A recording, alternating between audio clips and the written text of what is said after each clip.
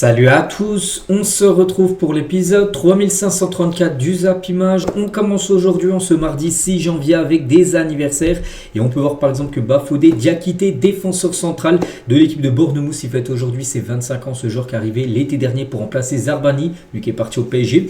Bon anniversaire à Diakité, on peut voir également, Romeo Lavia, milieu défensif de Chelsea, fête aujourd'hui ses 22 ans. Ou par exemple le jeune Jacobo Ramon, défenseur central espagnol de Como, il fête aujourd'hui ses 21 ans, ce joueur.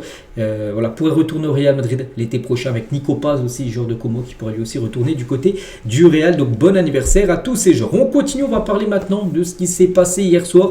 Il y avait quelques rencontres. On commence tout d'abord du côté de la Turquie. Il y avait de la Super Coupe turc.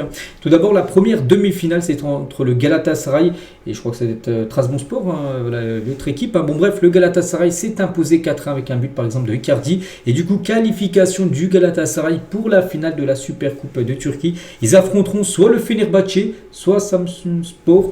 Donc le match a lieu ce soir entre ces deux équipes. Donc l'équipe qui s'imposera affrontera le Galatasaray là dans quelques jours en Super Coupe de Turquie. On revient nous en France, il y avait une rencontre de Ligue 2 hier entre Montpellier et Dunkerque. Et belle opération de Dunkerque qui est parti s'imposer 3-1 du côté de Montpellier au classement. Vu que là tous les matchs ont été joués, c'était la 18e journée de Ligue 2. Donc Dunkerque monte à la 6e position de cette Ligue 2 et Montpellier dans le ventre mou de la Ligue 2 à la 9e position. Cette équipe qui a quand même longtemps joué en Ligue 1 et galère quand même en 2e division française. Et concernant un match qui a eu lieu le week-end dernier en Ligue 2, c'était entre l'équipe du Mans et l'AS Saint-Etienne, le 5e contre le 4e. Donc il y a eu match nul 0-0. Et à noter les gars que ce match, dans le top 5 des affluences du week-end en France, il y avait plus de 24 102 supporters qui étaient présents dans le stade du Mans pour cette rencontre. On prend aussi en compte les matchs de Ligue 1, donc il y avait seulement plus de monde à Toulouse, Lille, Paris et Marseille. Donc belle influence pour ce match de Ligue 2. On continue avec les résultats bien sûr d'hier. On bascule maintenant sur la Coupe d'Afrique des Nations bien évidemment. Et on commence avec les deux huitièmes de finale qui ont été joués hier. On commence tout d'abord avec ce Nigeria-Mozambique. Ça a été festival bien sûr pour le Nigeria qui s'est imposé 4-0. Donc un but de Lookman, un doublé de Victor Osimhen. Il y a un but également de Adams. Donc un score parfait bien sûr pour le Nigeria qui se qualifie tranquillement pour les quarts de finale de cette compète. Et le Nigeria pour l'instant c'est quand même très fort. Peut-être l'équipe la plus impressionnante en ce début de CAN parce que pour l'instant c'est 4 matchs, 4 victoires pour le Nigeria. L'Ouganda, Tunisie, Tanzanie et Mozambique, que des victoires en plus avec beaucoup de buts inscrits. Je ne sais pas sur combien, je n'ai pas compté, mais voilà, ça fait déjà pas mal de buts inscrits quand même pour cette équipe du Nigeria. On va parler peut-être l'un des meilleurs joueurs de cette Coupe d'Afrique des Nations. Il y en a quelques-uns qui sortent du lot, c'est qu'il y a Brahim Diaz au Maroc qui est très bon. Mais Lookman aussi, les gars, il est en train de sortir une Coupe d'Afrique des Nations exceptionnelle. Donc il est élu meilleur joueur du match face à la Mozambique. Donc après, il y a 3 joueurs qui ont été très bons. De toute façon, ils ont tous marqué au moins un but. Donc Lookman, c'est un but, 2 passes D. Donc il est l'homme du match. Accord Adams, pareil, un but, 2 passes D. Voilà. Et Victor Osimhen, c'est 2 buts. La triplette offensive du Nigeria, ils ont été très bons. Ils ont fait très mal à la Mozambique hier. On peut voir les 3, ils ont énormément été décisifs. Et concernant, on revient sur Lookman. Lookman, il gagne 4 matchs. Les 3 matchs de poule et le 8e de finale, c'est déjà 3 buts et 4 passes D. Pour vous dire, oui, on parlait de Brahim Diaz, lui qui est à 4 buts marqués, Brahim Diaz, du côté du Maroc. Donc lui, Lookman, c'est bien mieux. C'est 3 buts plus des passes D, donc 4. Ce qui fait 7 fois décisif en 4 matchs pour Lookman. Les stats sont impressionnantes, bien sûr.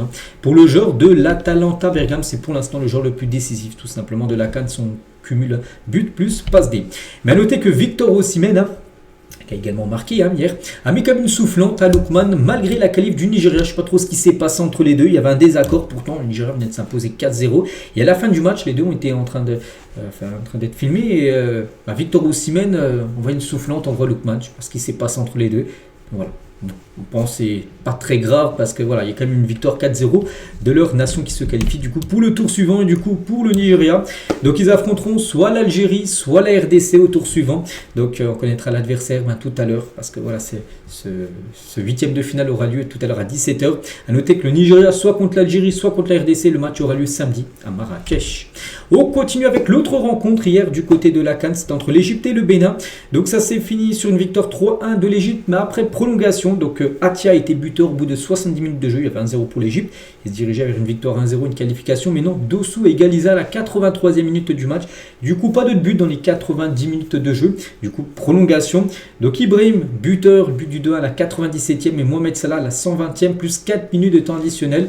Ouais, il ne restait plus rien. Il a marqué ce but, Mohamed Salah. Et du coup, l'Égypte s'est imposé 3 après prolongation. Et du coup, se qualifie également pour les quarts de finale. Et Salah, les gars, on a dit, tiens, buteur. Donc, pas mal aussi ça CAN pour lui, parce qu'on sait qu'il est très attendu. On se souvient aussi de ce qui s'était passé avec son club de Liverpool avant de partir à la CAN, où il avait dit des propos, il ne comprenait pas pourquoi il ne jouait pas, tout ça. En tout cas, il est en train de réaliser plutôt une belle CAN, avec déjà 3 buts, un but contre le Bénin, un but contre l'Afrique du Sud et un but contre le Zimbabwe pour Mohamed Salah. Du coup, le tableau final de cette CAN se remplit petit à petit. Bon, voilà, on connaît déjà bien sûr pour l'instant 2 huitièmes de finale, on connaîtra les 4. Les 2 quarts plutôt de finale, on connaîtra les 4 quarts de finale ce soir. Donc voici le programme, il ne reste plus que 2 rencontres tout simplement. Un Algérie RDC ce soir 17h et la Côte d'Ivoire contre le Burkina Faso. Donc l'Algérie RDC sera sur le côté droit, ils affronteront le Nigeria, et le vainqueur entre la Côte d'Ivoire et le Burkina Faso ce soir 20h affrontera l'Égypte. Voilà, en quart de finale. Donc on parlera bien sûr de toutes les affiches qui auront lieu bien sûr d'ici quelques jours. Là, on les connaîtra toutes bien sûr ce soir officiellement.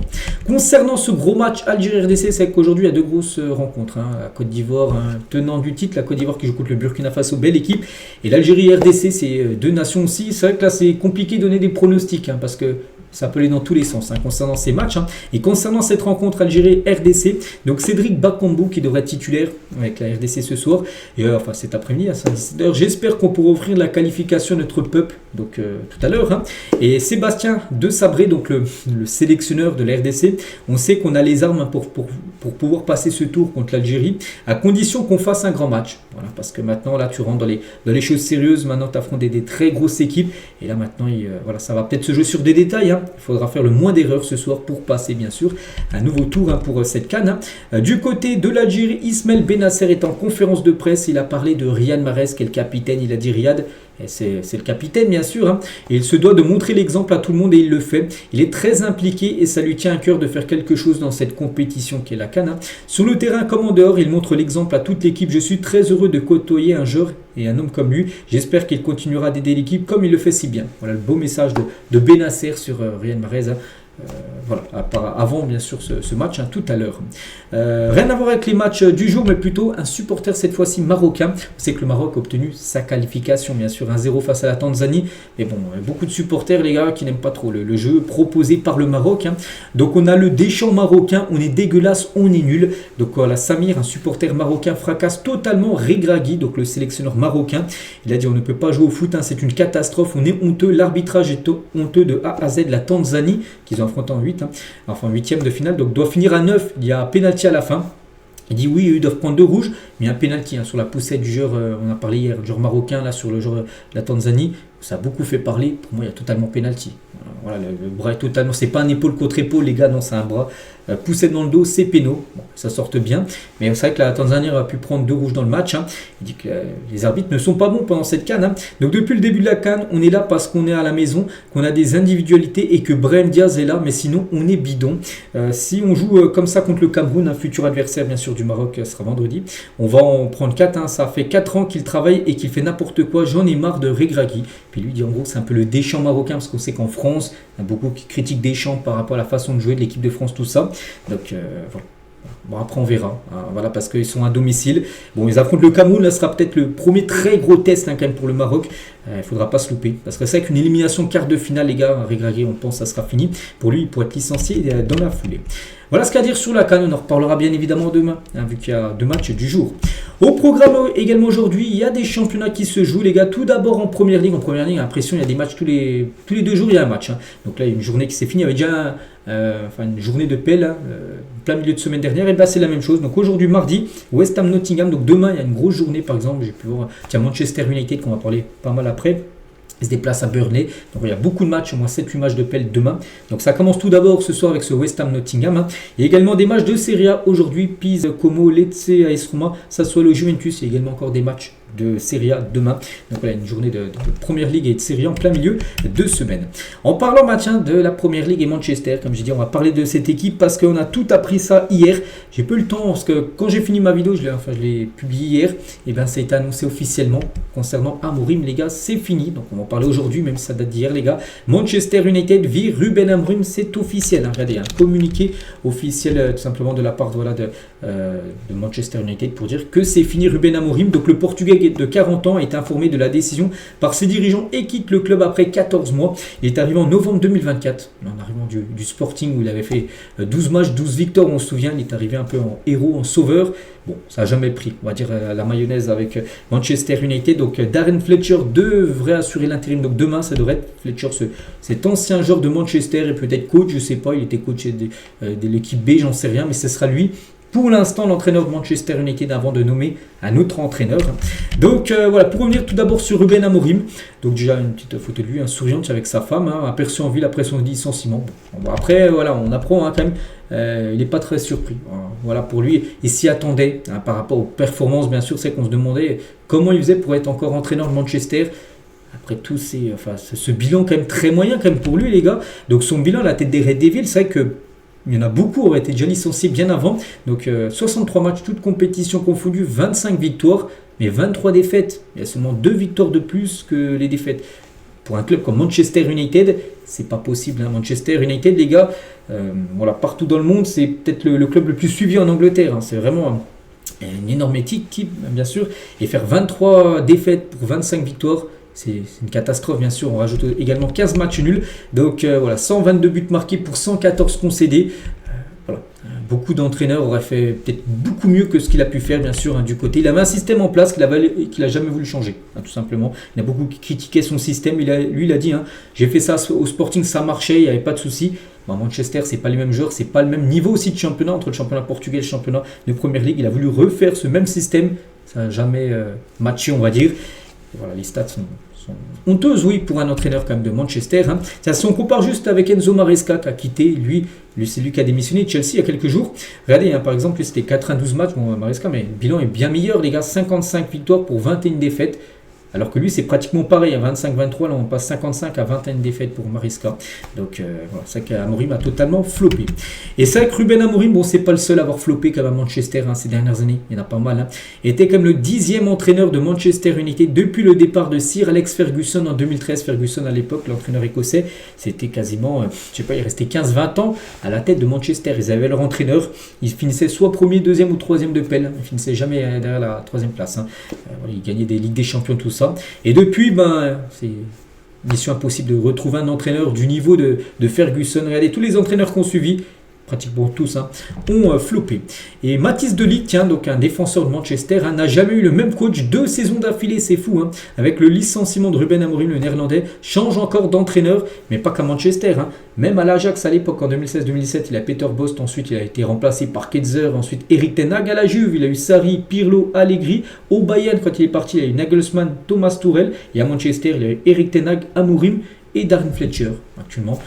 Voilà. Il n'a jamais eu un entraîneur en gros 2 années d'affilée.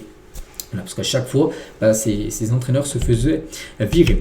Bruno Fernandes, Ruben Amorim sur Instagram. Merci coach, je vous souhaite ainsi qu'à votre staff technique le meilleur pour le futur de Ruben Amorim. Qu'est-ce qu'il va prendre comme équipe, on ne sait pas. Est-ce qu'il veut retrouver directement une équipe? Est-ce qu'il va prendre du temps pour lui et reprendre une équipe peut-être l'été prochain? On ne sait pas ce que va faire le coach portugais. Et c'est vrai qu'actuellement, si on regarde qui pourrait potentiellement remplacer Amorim, parce que oui, c'est Darren Fletcher, mais ce sera par intérim. Ça ne va pas être lui qui va être pendant de nombreux mois entraîneur. Et voilà, il cherche un nouveau coach, on va dire. Et regardez actuellement les entraîneurs de nous, on va dire, actuellement libres, c'est-à-dire ceux qui n'ont pas de club. Donc Gareth Southgate, Enzo Maresca, qui a quitté Chelsea. Bon, il préférait, je pense, beaucoup plus City qu'aller s'embrouiller du côté de United. Joachim Löw, Xavi, Thiago Motta, Igor Tudor, Ange Postecoglou ou Edin Terzic. Donc c'est comme des entraîneurs tous reconnus et tous sont actuellement libres. Voilà, donc moi je serais le président de Manchester, je proposerais directement Xavi. Je pense que Xavi, les gars, j'ai pas dit qu'il allait totalement changer, bien sûr, Manchester United, mais je pense que ça peut être pas mal, Xavi. Après, voilà, je travaille pas à Manchester, je sais pas ils vont prendre qui, mais je pense que Xavi peut être vraiment une belle opportunité. Mais d'après ce qu'on dit, et ce qu'on apprend, ce serait plutôt Olivier Glasner, qui est l'option numéro 1 des dirigeants de Manchester pour succéder à Ruben Amorim. Donc lui, c'est l'entraîneur de Crystal Palace. Donc là, il n'est pas dans la liste là, parce que là, c'est des entraîneurs libres. Donc libre, c'est-à-dire qu'ils n'ont pas de club. Donc lui, actuellement, il est l'entraîneur de Palace où ça ne se passe pas bien. Il reste sur 7 matchs, aucune victoire pour Palace. Mais bon, en tout cas, il sera libre l'été prochain. Et du coup, peut-être Darren Fletcher pourrait peut-être prendre l'équipe jusqu'à la fin de saison. Et Glasner, les gars, du coup, qui sera libre l'été prochain, pourrait devenir l'entraîneur de Manchester. Voilà. Donc moi, je trouve ça dommage de ne pas les proposer un contrat à Xavi, qui est pour moi un coach, je pense, qui peut changer vraiment ce Manchester United. Bref, voilà ce qu'il y a à dire du côté des Red Devils. Ça bouge beaucoup dans cette équipe et voilà, c'est toujours très compliqué. Du côté de Chelsea, on sait qu'il y a eu un changement de coach aussi. Enzo Maresca la semaine dernière lui a démissionné. Il n'a pas été viré, c'est pas pareil. Et Liam Rossignol, on sait que c'est lui qui va le remplacer, est sur le point d'être nommé à la tête de Chelsea. C'est Fabrizio Romano qui le dit. Donc s'il le dit, c'est que ça devrait arriver. Donc réunion positive ces dernières 24 heures à Londres avec la direction de Chelsea et accord final en cours. Voilà, donc il y a une réunion hier. Plus hier, j'ai montré qu'il est à l'aéroport pour se rendre à Londres pour aller signer son contrat, tout ça. Donc voilà, ça a parlé. Donc normalement aujourd'hui, voire peut-être demain, voilà, ça sera officiel là, dans les prochaines heures normalement. Liam Rossignol et Wayne Rooney, est fan de Liam Rossignol qui a fait partie de son staff à Derby County. Quand Rooney était le coach de cette équipe, c'était son adjoint, Liam Rossignol. S'il va à Chelsea, il ne décevra pas. Il attend une opportunité comme celle-ci, c'est qui va passer de Strasbourg à Chelsea, va être beaucoup plus médiatisé, bien sûr, Liam Rossignol. Et s'il ne la saisit pas maintenant, il ne le fera jamais. Il a beaucoup appris, beaucoup travaillé pour obtenir ce poste, bien sûr. Liam a été très important pour moi. Il avait des capacités de coaching incroyables. C'était plutôt moi qui étais en relation avec les joueurs, mais j'ai beaucoup appris de lui sur ce plan-là. Il a fait un excellent travail. Voilà, donc pour Wayne Rooney, donc lui connaît très bien les qualités bien sûr de Liam Rossignol. Il dit que ce sera un très bon coach pour Chelsea. Bon, après ils ne sont pas tous du même avec lui, parce que Wayne Rooney c'est aussi son ami, vu que les deux étaient ensemble, ils ont travaillé ensemble, donc c'est pour ça qu'il dit des beaux mots. Mais d'autres personnes sont peut-être pas très chaudes de voir Liam Rossignol, l'entraîneur de Strasbourg, diriger une équipe comme Chelsea. Donc il semble qu'ils vont à nouveau nommer un jeune entraîneur. Je pense que les jeunes joueurs ont besoin d'un peu d'autorité et d'un guide autour d'eux. Donc l'arrivée de Liam Rossignol à la tête des Blues est loin de faire l'unanimité outre-Manche. Donc pour Jamie Carragher, ancien joueur mais maintenant consultant, on peut le voir à droite là sur les chaînes sportives anglaises, il a dit c'est une excellente opportunité pour lui, mais Chelsea et ses supporters ne sont pas habitués à ce type de nomination. Paul Merson se montre lui encore plus critique. Ce qui me fait mal en tant que fan de Chelsea, c'est que ce n'est tout simplement pas un bon poste. Marco Silva n'en veut pas. Iraola non plus, c'est l'entraîneur de Bournemouth. Olivier Gastler aussi ne veut pas de ce poste de Chelsea. Aujourd'hui, les entraîneurs ne dirigent même plus vraiment. Même son de cloche chez Gary Neville. Donc lui, il a dit Chelsea a besoin d'expérience sur le terrain comme en dehors. Avec un effectif jeune, il faut un entraîneur expérimenté parce que c'est un jeune entraîneur comme Liam Rossignol. C'est pas un entraîneur, les gars, qui a dirigé comme des grandes équipes. Il a eu bien sûr Strasbourg là, puis je sais plus, il avait qui dans le passé. En gros, lui, il a dit que Gary Neville, Chelsea aurait dû prendre un entraîneur de renom, un entraîneur qui a déjà une expérience tout simplement dans des grands clubs, des grands championnats européens. Donc voilà, on verra si ça marchera ou pas. Voilà, pour prendre la succession de Maresca. Toujours avec les entraîneurs et toujours en pelle, parce que ça peut encore beaucoup bouger concernant d'autres entraîneurs. Et Nuno Espirito Santo du côté de West Ham, attention, les jours du coach sont comptés. Seule une victoire convaincante face à Nottingham pourrait le sauver. Donc ce soir, il y a un West Ham Nottingham. S'ils perdent West Ham, c'est fini pour Nuno Espirito Santo. N'oubliez pas qu'ils ont perdu samedi dernier contre Wolverhampton, qui n'avait pas gagné le moindre match. Ils ont pris 3-0. C'est pas passé, cette défaite. Ça a été la première équipe battue par Wolverhampton. Donc ce soir, il joue contre Nottingham. S'il y a défaite, c'est fini. Ça sera sûr pour Nuno. Il sera alors le second coach à quitter les Hammers cette saison. Parce qu'il y a déjà eu un autre coach qui a été viré en début de saison. Voilà, West Ham à la saison est très compliqué.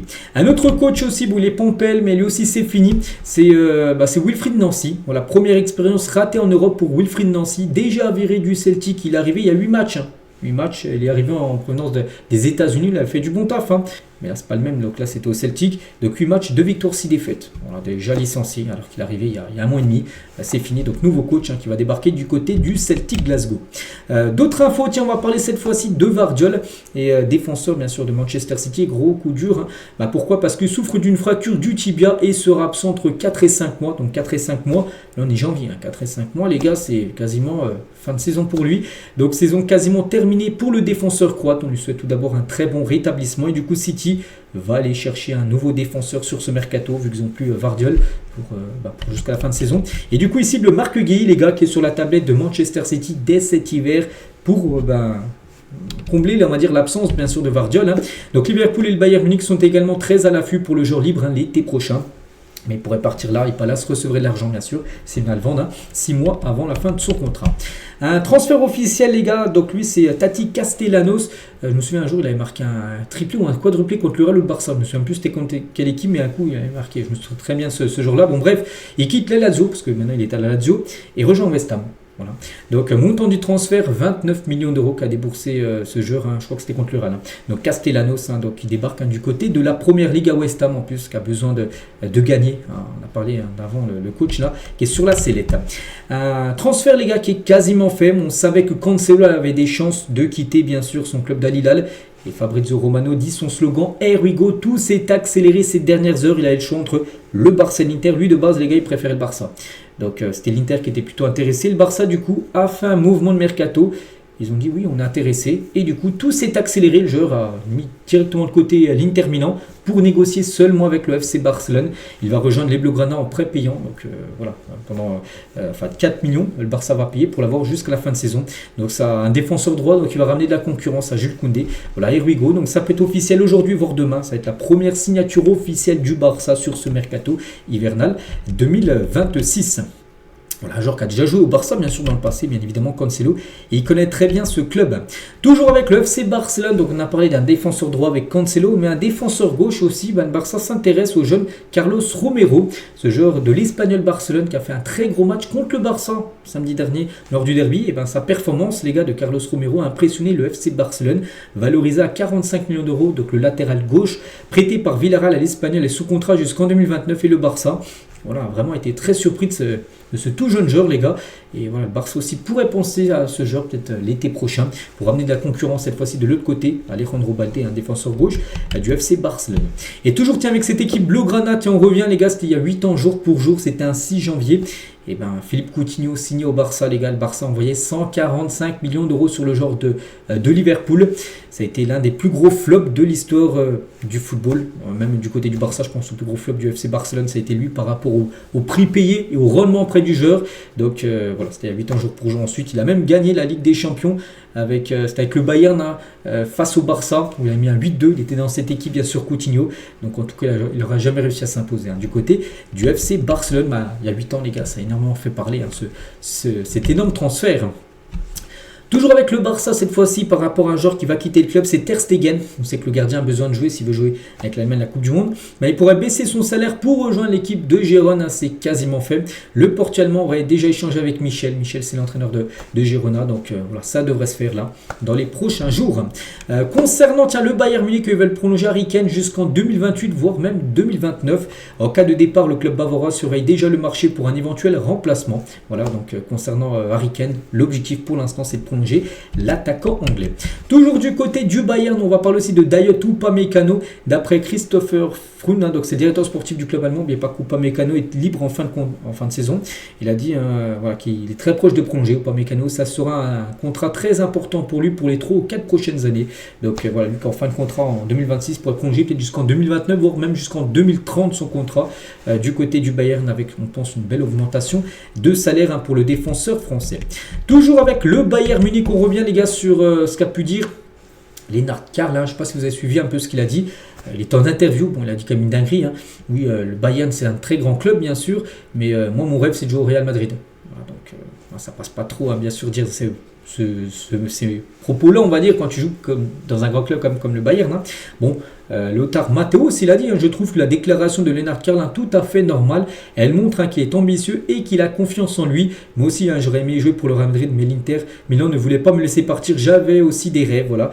Mais bon, on pense que voilà, c'est vrai que ça, tu peux le penser. Il y a plein de joueurs qui rêvent de jouer dans d'autres clubs, mais il faut peut-être pas le dire en interview. Après, il est tout jeune, il a 17 ans. Peut-être on lui avait pas dit de pas dire des dingueries comme ça, parce que ça a beaucoup fait parler. Voilà, c'est cette déclaration que lui, son rêve, c'est de jouer au Real. Voilà. Pour l'instant, il est du côté du Bayern. On va parler de Chelsea, qui on apprend aujourd'hui, d'après le journal Guardian, qui est un journal sérieux comme anglais, que Chelsea, les gars, prépare une offre de plus de 158 millions d'euros pour qui? Pour Vini Junior, le joueur du Real Madrid. Le Brésilien n'a toujours pas prolongé son contrat au Real, qui expire en juin 2027. Et c'est vrai que les gars, s'il n'a rien prolongé, donc là, l'été prochain, il sera 1 an de la fin de son contrat, qui est en 2027, l'année suivante. Donc le Real, les gars, s'ils se disent, mais attends, Vini, il ne prolonge pas tout ça, l'année suivante, on peut le perdre libre. C'est pour ça que si Chelsea propose 158 millions d'euros, il y a des chances de voir Vini partir. Et moi, je le dis et je le redis, je pense que Vini partira du Real Madrid en fin de saison. Je le dis là, je l'avais même dit il y a un mois. Pour moi, là, c'est sa dernière saison au Real. Après, est-ce que ça sera Chelsea en Arabie Saoudite ou une autre équipe? Ça, je ne sais pas. Et je vois quitter le Real Madrid en fin de saison. Donc voilà, le championnat saoudien est également intéressé. Donc voilà, concernant Vini, je pense que c'est ses derniers mois du côté du Real. La Juventus Turin a coché le nom de Alexander Sørloth et pourrait proposer Jonathan David en échange. Voilà, donc la Juve donne David à l'Atlético et du coup en échange, nous on veut Sørloth du côté de la Juve. Voilà, c'est ce que la Juventus Turin veut proposer à l'Atlético Madrid. Toujours avec la Juve, ils songeraient aussi à faire revenir Federico Chiesa. L'ailier italien sera ouvert à un retour à la Juventus dès ce mois-ci, mais l'accord dépend de Liverpool. D'après Fabrizio Romano, si Liverpool donne son bon sortie, on va dire, s'ils disent oui, il n'y a pas de souci, il peut retourner en Italie, et ben, le transfert, les gars, pourrait se faire très rapidement. Manchester United, les gars, fonce sur Ederson, donc c'est un milieu de terrain brésilien de l'Atalanta Bergame. Donc les Red Devils devraient formuler une offre comprise entre 35 à 40 millions d'euros pour s'attacher les services du milieu de terrain de l'Atalanta Bergame. Du côté de la Ligue 1, l'AS Monaco et la GOCR ont coché le nom de Gaëtan Perrin, ancien joueur, je crois, de la GOCR. La GOCR aimerait le faire revenir. La GOCR est actuellement dans une situation très compliquée au classement.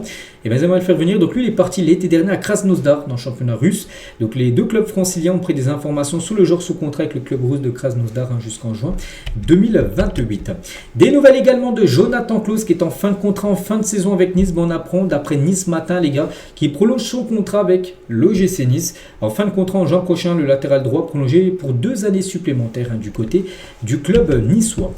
Du côté de Monaco, les gars, donc là c'est pas un transfert, mais c'est plutôt un gros coup dur pour Mohamed Salisu, qui est, je crois, le capitaine de cette équipe de Monaco, parce que saison terminée pour lui, c'est fini, les gars. Le joueur ghanéen est victime d'une rupture du ligament croisé antérieur. Voilà, grave blessure, bien sûr, donc on lui souhaite un très bon rétablissement pour le joueur ghanéen, voilà, parce que là c'est fin de saison pour lui. Et c'est vrai que les gars, c'est lunaire ce qui se passe à Monaco, parce qu'il y a beaucoup de blessés. Christian Mawissa vient de se blesser pour la 4e fois et en 16 mois à l'ischio-jambier, une blessure derrière la cuisse. C'est à l'issue qu'on a parlé juste avant, encore gravement blessé avec sa rupture de ligament croisé. Minamino, il y a quelques jours, les gars, victime d'une rupture également des ligaments croisés. Donc Minamino aussi, c'est fin de saison. On ne sait même pas s'il va pouvoir jouer avec le Japon la Coupe du Monde.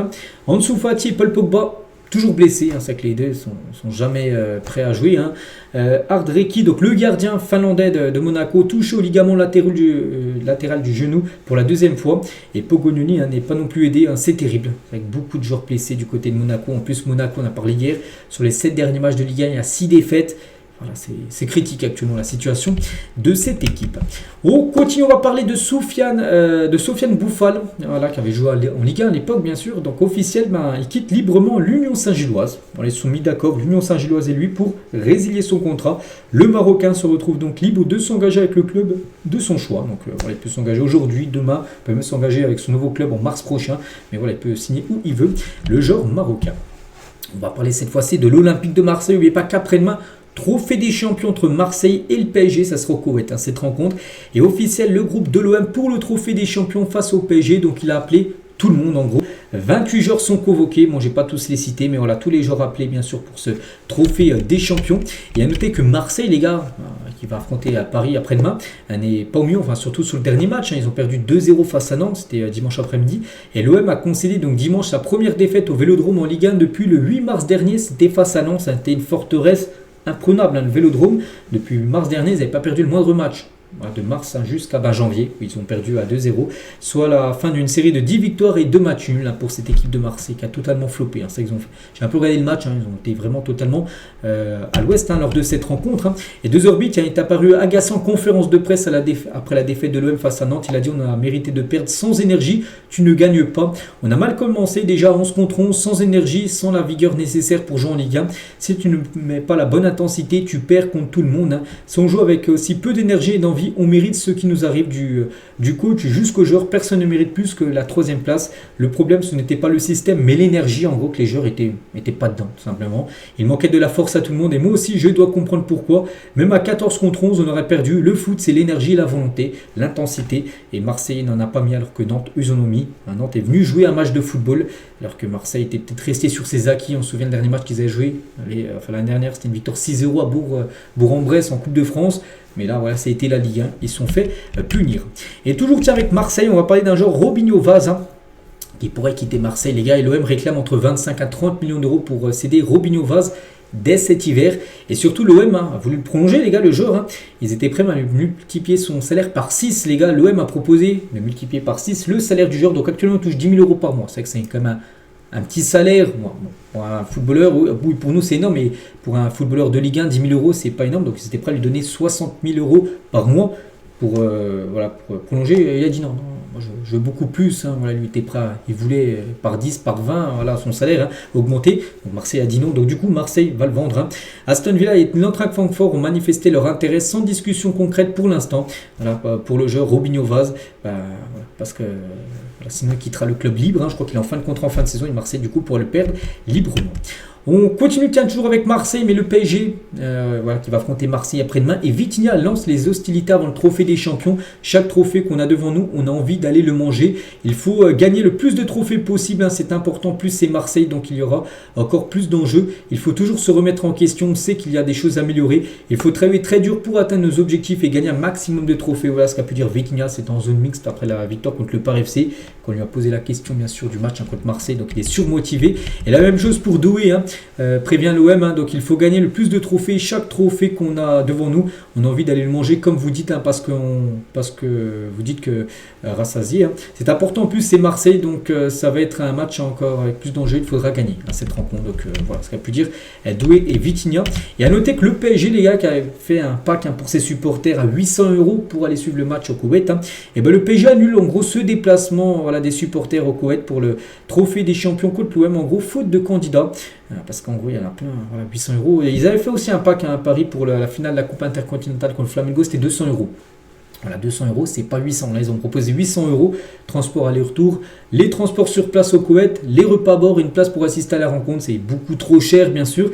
Et en gros, il fallait au moins un nombre de personnes pour que le voyage se fasse. Et du coup, il n'y avait pas assez de monde, du coup, annulé. À noter que les supporters de Marseille aussi n'iront pas. Donc en gros, soit ça va sonner très creux, l'ambiance on va dire au Koweït, ou sinon ça sera juste des supporters au Koweït qui assisteront à ce PSG Marseille qui se déroulera, n'oubliez pas, après-demain. Et on finit juste avec Enrique qui revient sur le match d'Ousmane Dembélé face au Paris FC. Il a dit c'était le meilleur match d'Ousmane depuis son retour, c'est ce que nous attendons de lui.